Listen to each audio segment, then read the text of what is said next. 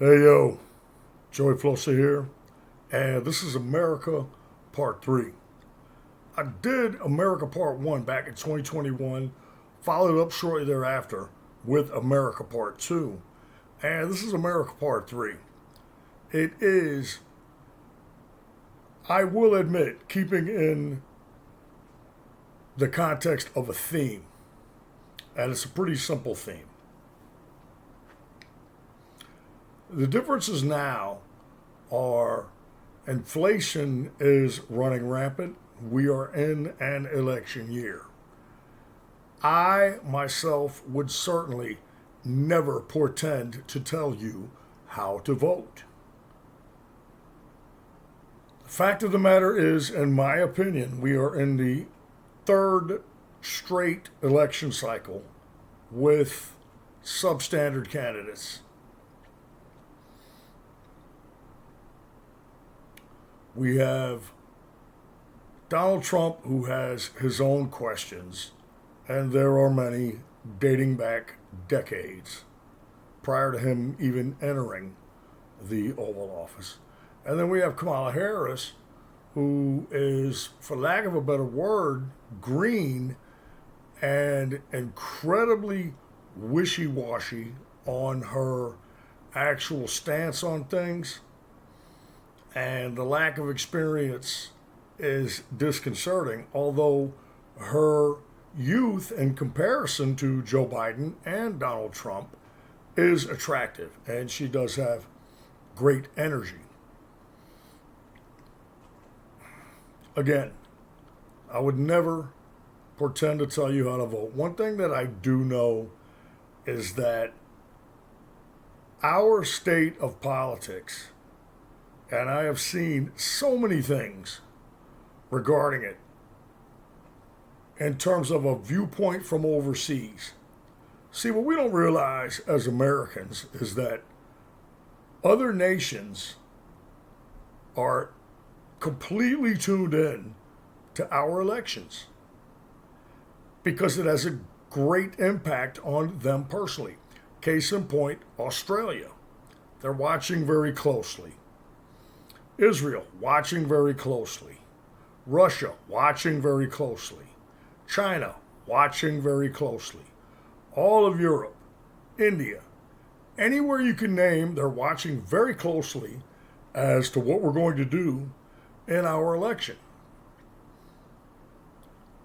It is, in my estimation, a shame that this great nation has not spawned a better candidate for president than what we have over these past election cycles. Someone who will unite us by stating unequivocally that we need to all take pause and understand one another's experiences as an individual as it relates to our background, socioeconomic upbringing. We need to correct the wrongs perpetrated against Americans in America.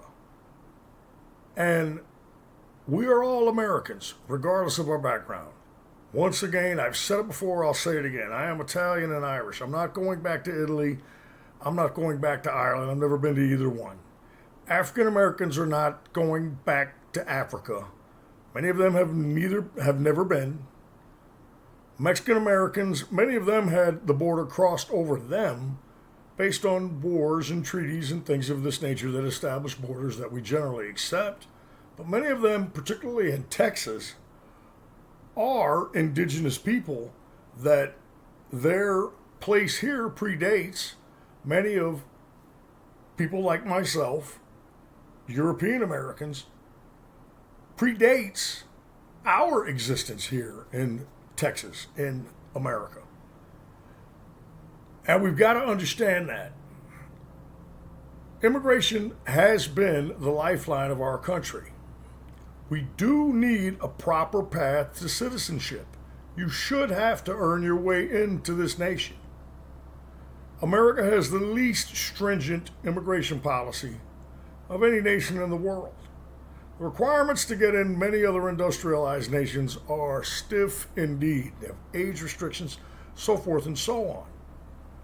What we need is a proper path to citizenship for security services, for the interests, should I say, of security, so we can know who is coming into this nation. We have also seen over the decades and centuries that immigrants, should I say, have come into America and thrived and contributed to society greatly.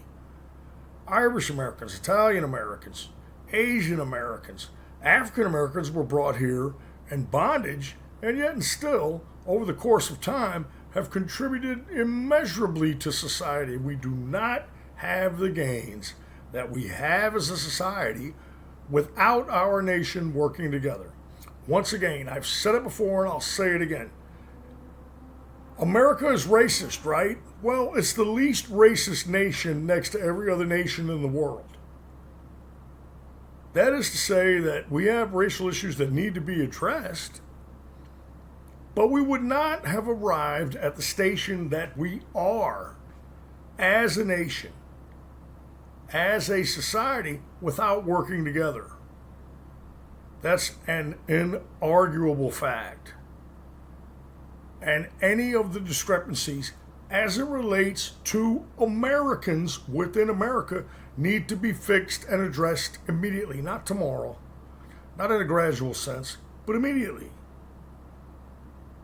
That being said, America needs to remain what it's always been: a meritocracy, no pun intended. Work hard and be rewarded. Achieve and be recognized. That's what America is. Worst form of government in the world next to every other single one ever created. So, are there problems? Certainly. Do we have work to do? Unequivocally. Can we do it? Certainly. What we need, what would help immeasurably, and I believe, because of my faith in America and Americans, not the White House, not who's in it, but Americans, American people. I believe that we can do it in spite of whomever may be in the White House.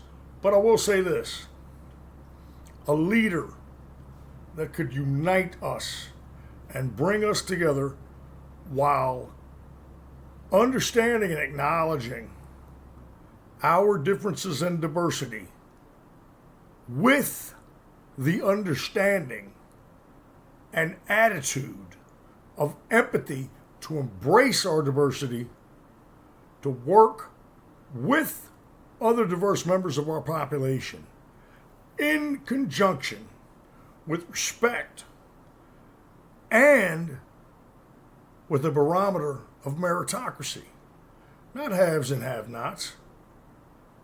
Working. I see you working. See you trying to get better. I can lend a hand up. If I can, I will. That's how we need to view our fellow Americans. I believe that's how we need to view our fellow man. We need to try to help our fellow man, our fellow human being. We need to look out for each other. And I know that's hard to do. But we also have to realize that sacrifices will have to be made in terms of the way we view things.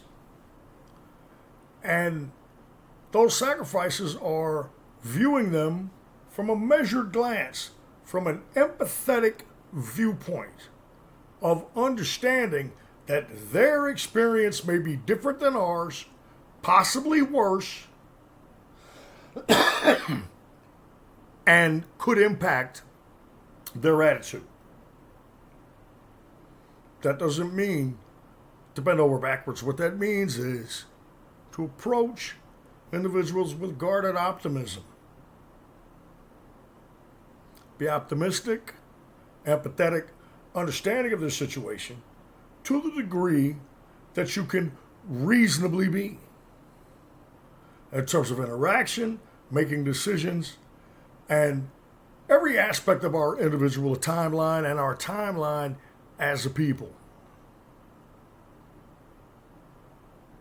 If we can get together, okay? If we can get together and acknowledge everyone's merit and go forward from there and recognize everyone's merit and also helping our brothers and sisters when they are down, whomever they may be, because we all know life is full of curveballs and bad breaks, but doing so within reason. We can do so within reason and be better human beings. This is the hope of our nation and our nation. My nation, our American brothers and sisters, each and every one of us can be what we are, and I believe always will be. And that's the greatest hope for this planet. I'm Joey Flosa. Thanks for listening. Until next time, I love America, I love Americans, and together we can get this done.